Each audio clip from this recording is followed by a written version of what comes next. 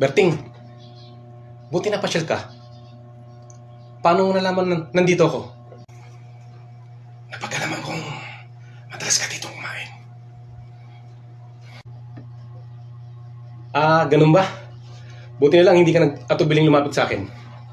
May kailangan ka? Sabihin mo. Kung kaya ko, hindi ka magdadalawang salita sa akin. Huwag na tayo maglokohan, Mr. Llanes. Alam mo naman kung ba't ako naparito. Lokohan? Sino nakikipaglokohan? Naparito ako para sabihin sa'yo, kung meron kang galit sa akin, huwag kang magdamay ng iba.